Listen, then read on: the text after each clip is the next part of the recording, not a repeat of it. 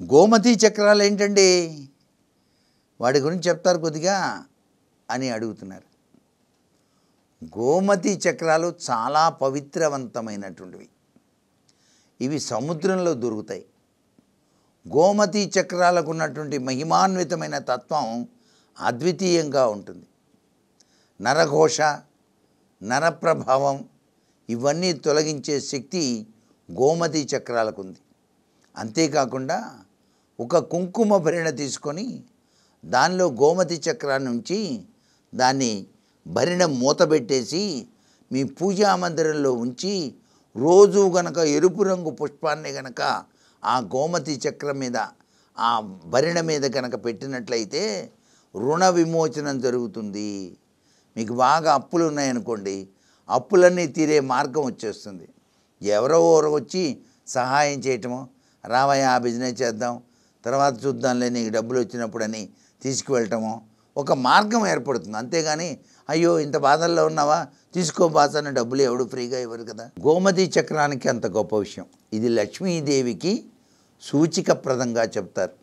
లక్ష్మీ కటాక్షం ఇంట్లో ఉండాలంటే గోమతి చక్రాన్ని పూజా మందిరంలో ఉంచుకోవాలి. అది కూడా కుంకుమ భరిణలో పెట్టి దాని మీద మూత పెట్టాలి. ఒక్క గ్రహణ సమయాల్లో మాత్రమే ఆ మూత తీసి లోపల ఉన్న కుంకుమ మొత్తం కూడా పారబోసి మళ్ళీ కొత్త కుంకుమ వేసి నమస్కారం చేసి మళ్ళీ మూత బిగించి దాని మీద ఎర్ర పువ్వు ఉంచాలి. ప్రతిరోజు ఆ గోమతి భరిణ మీద ఎరుపు రంగు పుష్పాన్ని గనక ఉంచి నమస్కారం చేస్తే చాలు లక్ష్మీ కటాక్షం సంభవిస్తుంది. గోమతి చక్రాలతో దండ చేసి అంటే చక్కటి మాల అంటే దండలాగా గుచ్చి ఆ దండని లక్ష్మీదేవికి అలంకరణ చేసినా కూడా విశిష్టవంతమైనటువంటి లక్ష్మీ కటాక్షం వస్తుంది. 9 గోమతి చక్రాలు పసుపు గుడ్డలో చుట్టి దాన్ని గనక సింహద్వారానికి గనక తగిలిస్తే మీ ఇంటికి పట్టినటువంటి నరఘోష, ఇతరుల యొక్క దృష్టి దోషాలు పటాపంచలైపోతాయి అని చెప్పేసి శాస్త్రం. మీ ఇంట్లో ఎవరికైనా తీవ్ర అనారోగ్యం చేసినప్పుడు దక్షిణం వైపుగా కూర్చోబెట్టి 4 గోమతి చక్రాలు చేతిలో పట్టుకొని ఆ యొక్క దిశను బట్టి అనారోగ్యమైనటువంటి వ్యక్తి చుట్టూతా 4 సార్లు తిప్పి ఆ 4 గోమతి చక్రాలని కూడా 4 దిశల వైపు విసిరేయాలి. అలా విసిరేసిన 5 నిమిషాలకి ఈ వ్యక్తికి ఆరోగ్యం కుదుట పడుతుంది. 104 ఫీవర్ వచ్చిన వాళ్ళకి కూడా చప్పును తగ్గిపోతుంది. అదేంటి సార్ అంటే పారాసిటమాల్ లాగే పనిచేస్తుంది, అంతే 3 నిమిషాల్లో తగ్గిపోతుంది జ్వరం. ఈ గోమతి చక్రానికి అంత దివ్యవంతమైన శక్తి ఉంది. అట్లాగే తీవ్రతరమైనటువంటి నరఘోష కనుక తగిలితే గోమతి చక్రాన్ని పైనుంచి కింద వరకు దిష్టి తీసి నిప్పుల మీద పడేయాలి.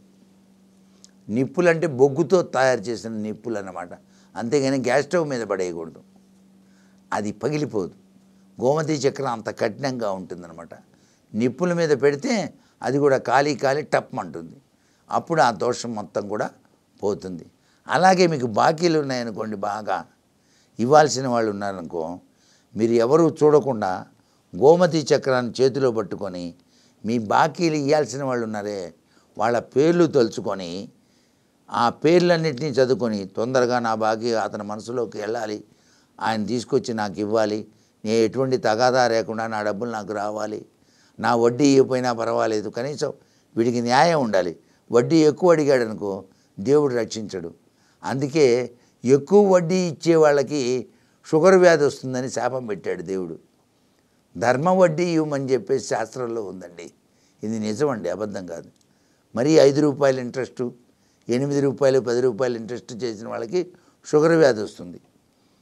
ఏదో ధర్మ వడ్డీ, బ్యాంకు వడ్డీ ఇస్తే చాలు, ఆ వడ్డీకి తిప్పుకున్నా తప్పు లేదని చెప్పి శాస్త్రం.